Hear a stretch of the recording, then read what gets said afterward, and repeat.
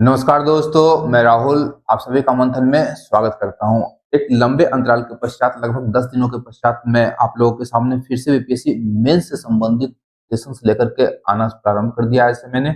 और आज के इस सेशन के अंतर्गत हम लोग भारतीय राज्य व्यवस्था या हम लोग यूँ कहें कि जीएस पेपर 1 और जीएस पेपर 2 दोनों के लिए यह टॉपिक इंपॉर्टेंट हो सकता है। यह टॉपिक होगा आपका व्यक्तित्व अधिकार या पर्सनैलिटी राइट। 17वीं बीपीएससी मेंस के लिए यह टॉपिक अत्यंत ही महत्वपूर्ण होगा। क्वालिटी के प्रश्नों के साथ इसे टेल में जोड़ करके पूछा जा सकता है। या फिर आर्टिफिशियल इंटेलिजेंस की जब हम लोग बात करते हैं तो वहां पर पर्सनैलिटी राइट्स आज के दिन में बहुत ज्यादा महत्वपूर्ण हो गया है। अब इसका कारण क्या है, अगर हम लोग समझने का प्रयास करें तो आज के दिन में किसी व्यक्ति के चेहरे का, किसी व्यक्ति के आवाज का आर्टिफिशियल इंटेलिजेंस की मदद से बहुत सारी बहुराष्ट्रीय कंपनियां अपने प्रचार प्रसार के लिए उपयोग कर रही हैं। तो कहीं ना कहीं हम लोग देख रहे हैं कि उसके व्यक्तित्व के अधिकार से संबंधित जो भी कानूनी प्रक्रियाएं हैं या जो भी प्रावधान है वो उठ खड़े हुए हैं, समस्याएं उठ खड़ी हुई है। वह व्यक्ति नहीं है, यहाँ पर मैं नहीं हूं, बल्कि आर्टिफिशियल इंटेलिजेंस के द्वारा मेरी उत्पन्न आवाज हो सकती है या फिर मेरे चेहरे का प्रयोग किसी प्रचार के लिए किया जा सकता है। तो यहाँ पर अगर हम लोग उदाहरण में समझे तो अमिताभ बच्चन, अनिल कपूर या फिर अन्य सेलिब्रिटीज का उपयोग विभिन्न कंपनियों के द्वारा किया जा रहा है और कई सारे जो मामले हैं वो न्यायालय में गए हैं, सुप्रीम कोर्ट और विभिन्न हाई कोर्ट्स के द्वारा इस पर अपने जजमेंट्स भी दिए गए हैं। साथ ही साथ यह आर्टिफिशियल इंटेलिजेंस से जुड़ा हुआ है। तो हम लास्ट में हम लोग आज के इस सेशन में कवर करेंगे छोटे से पॉइंट्स के साथ में कि भारत में आर्टिफिशियल इंटेलिजेंस की स्थिति क्या है और वर्तमान में हम लोग समझने का प्रयास करेंगे कि ये पर्सनैलिटी राइट्स है उसका क्या औचित्य है, भारतीय संविधान के अनुसार भारतीय संविधान में कहीं प्रावधान किया गया है या नहीं किया गया। तो इस संपूर्ण सेशन को हम लोग कवर करेंगे इस सेशन के अंतर्गत। ध्यान रखिएगा, आज से आप लोग जो ये सेशन देख रहे हैं अब हम लोग पूरे फ्लो में हम लोग बीपीएससी के प्रिपरेशन को करेंगे और साथ ही साथ विभिन्न टॉपिक्स के ऊपर यहाँ पे अब आपको वीडियो प्राप्त होने प्रारंभ हो जाएंगे। तो यहाँ पर अगर हम लोग हालिया विवाद की बात करें, क्योंकि कॉन्टेक्स्ट अगर हम लोग समझने का प्रयास करें तो चैट जीपीटी का कॉन्टेक्स्ट है। यहाँ पे ध्यान रखिएगा, चैट जीपीटी एक आर्टिफिशियल इंटेलिजेंस की कंपनी है, उसका प्रोडक्ट है और कंपनी का नाम है आपका ओपन एआई। ओपन एआई और एक हॉलीवुड एक्ट्रेस है, उसके मध्य एक विवाद उत्पन्न हुआ। विवाद क्या उत्पन्न होता है कि एआई मॉडल के संदर्भ में व्यक्तिगत अधिकार के महत्व को यहाँ पर रेखांकित करने का प्रयास किया गया है इस विवाद में। यहाँ पर इस हॉलीवुड अभिनेत्री के द्वारा चैट जीपीटी या चैट जीपीटी को चलाने वाली कंपनी ओपन एआई पर आरोप लगाया गया है कि चैट जीपीटी जो है वो आर्टिफिशियल इंटेलिजेंस कंपनी उसकी आवाज का उपयोग कर रही है और बिना उसकी जानकारी के यह उपयोग अनधिकृत रूप से किया जा रहा है। तो ये बड़ा इंपॉर्टेंट है। अगर अमिताभ बच्चन सर की आवाज जो है कोई अन्य कंपनी उपयोग करती है बिना अमिताभ बच्चन सर को बताए, तो क्या यह सही है? ये इस अभिनेत्री का कहना है। इसके अतिरिक्त न्यूयॉर्क टाइम्स पेपर है आपका, इस पर भी एक आरोप लगाया है ओपन एआई पर ही और माइक्रोसॉफ्ट के विरुद्ध। ध्यान रखिएगा, ओपन एआई और माइक्रोसॉफ्ट दोनों आर्टिफिशियल इंटेलिजेंस के क्षेत्र में काफी बेहतरीन कार्य कर रहे हैं, लेकिन यहाँ पर यह भी क्षेत्र विवादों से अछूता नहीं है। अब न्यूयॉर्क टाइम्स का कहना है कि ओपन एआई और माइक्रोसॉफ्ट ने अपने एआई मॉडल को प्रशिक्षित करने के लिए उसके कॉपीराइट सामग्री का अनधिकृत उपयोग किया है और इसके लिए जो आरोप लगाया है एनवाईटी ने, न्यायालय में मुकदमा वगैरह दायर किया गया है और इन दोनों के विरुद्ध कानूनी कार्रवाई भी की गई है। अब यहाँ पर पर्सनैलिटी राइट्स की जब हम लोग बात करते हैं तो भारतीय संदर्भ में हम लोग समझने का प्रयास करेंगे कि आखिर ये पर्सनैलिटी राइट क्या है, व्यक्तित्व से संबंधित अधिकार क्या है। तो ध्यान रखिएगा कि व्यक्तित्व अधिकार की जब हम लोग बात करते हैं तो किसी भी चर्चित व्यक्ति या सेलिब्रिटी के सार्वजनिक व्यक्तित्व के विभिन्न पक्षों को इसमें शामिल किया जाता है। अब इस सार्वजनिक व्यक्तित्व का जो विभिन्न पक्ष है उसमें शामिल क्या क्या हो सकता है, तो उस व्यक्ति का नाम, उसकी आवाज, उसका हस्ताक्षर, उसकी छवि, उसकी विशिष्ट विशेषताएं, उसके तौर तरीके, उसके बैठने चलने रहने का ढंग, खाने का ढंग आदि, इन सभी चीजों को व्यक्तित्व अधिकार के अंतर्गत शामिल किया जाता है और उनके इस पक्षों को अनधिकृत रूप से किसी दूसरी कंपनी या थर्ड पार्टी के द्वारा उपयोग नहीं किया जा सकता है। और इसी व्यक्तित्व के विभिन्न पक्षों की रक्षा का जो अधिकार है उसका संबंध व्यक्तिगत अधिकार से जाकर के, व्यक्तित्व के अधिकार से जाकर के जुड़ता है और यह जो है आपका निजता या संपत्ति के व्यापक अधिकार के हिस्से में आता है। अब ध्यान रखिएगा, राइट टू प्राइवेसी को अगर हम लोग बात करें तो आर्टिकल 21 के अंतर्गत भारत में यह निजता का अधिकार एक मौलिक अधिकार के रूप में आता है और किसी व्यक्ति का रहन सहन, चाल ढाल, तौर तरीका, नाम, आवाज, हस्ताक्षर, छवि या उसकी विशिष्ट विशेषताएं जो है उसकी अपनी व्यक्तिगत संपत्ति है और उन्हीं व्यक्तिगत संपत्तियों की रक्षा करने के लिए यहाँ पर बात चल रही है कि किस प्रकार होगी। अब अगर हम लोग बात करें कि व्यक्तित्व के अधिकार के प्रकार कितने प्रकार के हैं, तो सबसे पहले निजता का अधिकार, राइट टू प्राइवेसी हो जाएगा और इसके अंतर्गत किसी भी व्यक्ति के व्यक्तिगत या निजी जानकारी और मामलों पर नियंत्रण की रक्षा करने से संबंधित है। अब यहाँ पर अगर हम लोग बात करें कि हमारे निजी जीवन में किसी को झांकने की आवश्यकता नहीं है या निजी चीजों को उपयोग करने की आवश्यकता नहीं, क्योंकि प्रत्येक व्यक्ति का अपना एक निजी जीवन होता है। व्यक्तिगत विवरणों के अनधिकृत प्रकटीकरण, ये ध्यान रखिएगा कि हमारा यदि कोई भी क्रेडेंशियल्स है, क्रेडेंशियल्स का हम लोग अनधिकृत रूप से कहीं भी प्रकटीकरण नहीं कर सकते हैं किसी दूसरे व्यक्ति के द्वारा, या किसी के निजी जीवन में हस्तक्षेप को रोकता है कौन, तो निजता का अधिकार। इसके अतिरिक्त अगर हम लोग बात करें तो ये पुट्टुस्वामी वाद आया था जिसे हम लोग आधारवाद के नाम से भी जानते हैं, 2017 का मामला था और इसी मामले में सर्वोच्च न्यायालय के द्वारा यह निजता के अधिकार को मौलिक अधिकार के रूप में आर्टिकल 21 के अंतर्गत रखा गया था। इसके अतिरिक्त प्रचार का अधिकार। अब हो रहा है क्या कि व्यक्तियों को अपने नाम, छवि, समानता या अन्य पहचान योग्य विशेषताओं के व्यावसायिक उपयोग पर नियंत्रण मिलता है। अब अगर अमिताभ बच्चन सर चाहे तो अपने नाम, छवि, समानता या अन्य पहचान योग्य विशेषताओं का व्यावसायिक तौर पर उपयोग कर भी सकते हैं और नहीं भी कर सकते, यह उनका इच्छा है, उनका इस पर नियंत्रण है।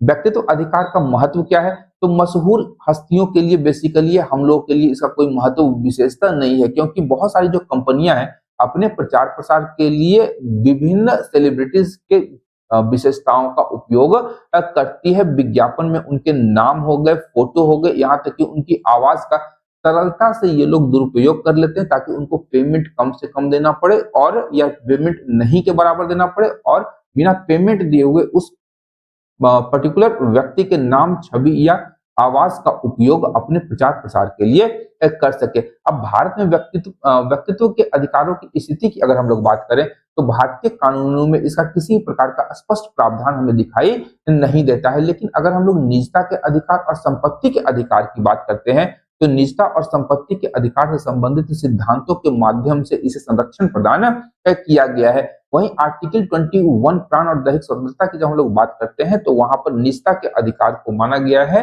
एक मौलिक अधिकार। साथ ही साथ यदि हम लोग कॉपीराइट अधिनियम 1957 को देखते हैं तो प्रत्यक्ष रूप से यहाँ पर इसके विषय में किसी प्रावधान का अभाव देखा जाता है। लेकिन अगर हम लोग बात करते हैं आईपीआर की, इंटेलेक्चुअल प्रॉपर्टी राइट्स के मामलों में, तो पासिंग ऑफ और धोखा जैसी अवधारणाओं के माध्यम से इसे अप्रत्यक्ष रूप से सुरक्षा प्रदान की गई है। अब यहाँ एक टर्म है आपका पासिंग ऑफ, तो पासिंग ऑफ बेसिकली क्या है, तो ध्यान रखिएगा कि किसी दूसरे व्यक्ति की चीज को, किसी सेकेंड पार्टी की चीज को अपना बताकर मिथ्यापूर्ण या गलत तरीके से बेचना या उसे संदर्भित करना आपका पासिंग ऑफ कहलाता है। तो कॉपीराइट अधिनियम 1957 भी अप्रत्यक्ष तौर पर ही व्यक्तित्व के अधिकार को सुरक्षा प्रदान कर पाता है। अब बात करें भारतीय ट्रेडमार्क अधिनियम 1999 की, तो यहाँ पर ध्यान रखिएगा कि इस ट्रेडमार्क अधिनियम के धारा 14 के अंतर्गत व्यक्तिगत नाम और प्रतिनिधित्व के उपयोग को प्रतिबंधित किया गया है। यानी आप किसी के व्यक्तिगत नाम और प्रतिनिधित्व का जो दुरुपयोग है उसका दुरुपयोग नहीं कर सकते, प्रतिबंधित किया गया धारा 14 के अंतर्गत। अब भारत के न्यायालय के समक्ष बहुत सारे वाद आए और उससे संबंधित जब सर्वोच्च न्यायालय और अन्य न्यायालयों के द्वारा निर्णय लिए गए हैं, तो यहाँ पर अगर हम लोग देखते हैं कि क्या न्यायालय ने कहा है, तो सार्वजनिक हस्तियों को भी प्रचार का समान अधिकार है तथा उसका मानना है कि प्रचार के अधिकार विरासत में मिलते हैं और उन्हें विभाजित किया जा सकता है। यह न्यायालय का निर्णय दिया गया है और यहाँ पर 2-3 केसेस में मेंशन करना चाहूंगा, जिसमें पहला है कि कृष्ण किशोर सिंह बनाम सरला ए सरावगी केस है 2021 का। इसमें सर्वोच्च न्यायालय का कहना था कि प्रचार का अधिकार निजता के अधिकार से अलग है और नाम, व्यक्तिगत पहचानकर्ता होने के अतिरिक्त अपना विशिष्ट महत्व भी प्राप्त कर सकता है। ध्यान रखिए, किसी एक व्यक्ति का नाम है जो मेरा व्यक्तिगत पहचान है, लेकिन इसके अतिरिक्त उस नाम का एक व्यक्तिगत एक विशिष्ट महत्व भी हो सकता है। वहीं अरुण जेटली का कहना है, अरुण जेटली बनाम नेटवर्क सॉल्यूशन प्राइवेट लिमिटेड 2011 का एक मामला आया था जिसमें दिल्ली हाई कोर्ट ने यह निर्णय दिया था कि किसी भी व्यक्ति की लोकप्रियता या जो उसकी प्रसिद्धि है इंटरनेट पर भी उतनी ही महत्वपूर्ण है जितनी कि वास्तविक जीवन में। ये ध्यान रखिएगा, बड़ा इंपॉर्टेंट स्टेटमेंट ये दिया गया था दिल्ली हाई कोर्ट के द्वारा। अब यहाँ पर यदि हम लोग बात करें कि न्यायालयों के द्वारा अपने विभिन्न निर्णयों में प्रचार के अधिकार को मान्यता प्रदान किया गया है और साथ ही कहा गया है कि मशहूर हस्तियों को अपने नाम, छवि और व्यक्तित्व को अनधिकृत उपयोग से बचाने की अनुमति प्रदान की गई है। यानी कोई थर्ड पार्टी या कोई दूसरा व्यक्ति किसी भी मशहूर हस्ती या सेलिब्रिटीज के नाम, छवि और उसके आवाज या उसके व्यक्तित्व के किसी पक्ष को अनधिकृत रूप से अपने हित के लिए उपयोग नहीं कर सकता है। उदाहरण के लिए हम लोग यहाँ पर दो मामलों को लेकर के चलेंगे। एक हमारा जैकी श्रॉफ का मामला था और दूसरा अनिल कपूर का मामला था। पहला मामला हम लोग देखते हैं जैकी श्रॉफ का मामला, जो कि 2024 में आया था और दिल्ली हाई कोर्ट ने इस पर अपना जजमेंट देते हुए कहा था कि जैकी श्रॉफ को अपने व्यक्तित्व और प्रचार अधिकारों को बरकरार रखा गया था। जैकी श्रॉफ के लिए दिल्ली हाईकोर्ट ने बोला था और कहा था अपने निर्णय में हाईकोर्ट ने कि अभिनेता की सहमति के बिना उसके नाम, उसकी छवि या फोटो कह लें, आवाज एवं समानता का उपयोग करने से विभिन्न e commerce store, AI chatbots और अन्य पर रोक लगा दी थी। यानी जैकी श्रॉफ के नाम, उसकी छवि, आवाज या समानता का उपयोग विभिन्न प्रकार की ई कॉमर्स कंपनी और एआई चैटबॉट्स कर रहे थे, जिसे प्रतिबंधित कर दिया गया। दूसरा मामला आया था अनिल कपूर का मामला 2023 में और अनिल कपूर को इसमें संरक्षण दिया गया था और उनके चित्राधिकार यानी उनकी तस्वीर या छवि अधिकार हेतु कानूनी संरक्षण प्रदान किया गया था। मैं जाऊंगा अगर कोर्ट वगैरह अपने चेहरे की छवि के लिए, तो कोर्ट कभी एक्सेप्ट नहीं करेगा, बोलेगा भैया आपका क्या है, हम लोगों का कुछ नहीं हो सकता है। जनरली सेलिब्रिटीज वगैरह का ये चीज हो सकता है। तो दिल्ली हाई कोर्ट ने इस मामले में अपना निर्णय दिया था और 16 संस्थाओं जो कि अनिल कपूर के चित्र का अनधिकृत रूप से उपयोग कर रहे थे, 16 संस्थाओं पर उनके नाम और छवि के वाणिज्यिक उपयोग पर प्रतिबंध लगा दिया और अनिल कपूर को संरक्षण प्रदान किया गया था।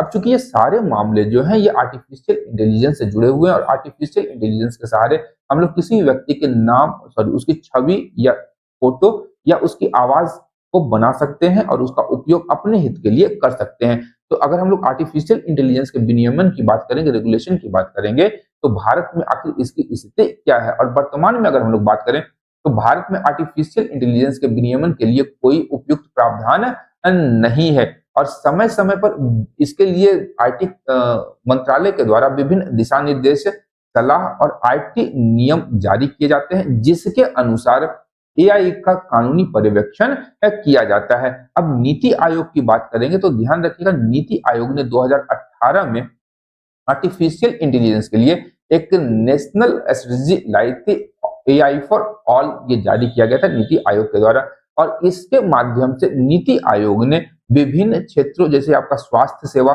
कृषि, शिक्षा और स्मार्ट बुनियादी ढांचे में आर्टिफिशियल इंटेलिजेंस के विकास एवं तैनाती की रूपरेखा तैयार की गई। वहीं डेटा सुरक्षा और वैश्विक सहयोग की अगर हम लोग बात करें तो वर्तमान समय में भारत आर्टिफिशियल इंटेलिजेंस के क्षेत्र में काफी तेज गति से आगे बढ़ रहा है और वैश्विक स्तर पर विभिन्न यूरोपीय और अमेरिकी देश के साथ में सहयोग भारत कर रहा है। वहीं अगर हम लोग बात करें तो डिजिटल व्यक्तिगत डेटा संरक्षण अधिनियम 2023 के द्वारा जो अभी हाल ही में पास हुआ था, इसके द्वारा भारत की सरकार ने आर्टिफिशियल इंटेलिजेंस के उपयोग से उत्पन्न निजता संबंधी चिंताओं को दूर करने का यह सरकार को अधिकार देता है। ये नाम याद रखिएगा, डिजिटल व्यक्तिगत डेटा संरक्षण अधिनियम 2023, और यह निजता संबंधी चिंताओं को दूर करने के लिए सरकार को अधिकार देता है। साथ ही साथ भारत की बात करेंगे तो आर्टिफिशियल इंटेलिजेंस के क्षेत्र में global partnership on artificial intelligence GPAI का भारत एक सदस्य है। इसके अंतर्गत भारत एआई विकास, डेटा गवर्नेंस और नैतिक विचारों पर वैश्विक सहयोग दूसरे देशों के साथ में करता है। तो आज का सेशन जो कि व्यक्तित्व के अधिकारों पर आधारित था, यहीं पे मैं समाप्त करता हूँ। करंट अफेयर से संबंधित ये सेशन था, छोटा सेशन है। ऐसे छोटे छोटे सेशन में टेल प्रश्नों के लिए लाता रहूंगा, तो अंत तक देखने के लिए धन्यवाद। देखते रहिए मंथन, क्योंकि मैं इस प्रकार के वीडियोस लाता रहता हूँ। Thank you.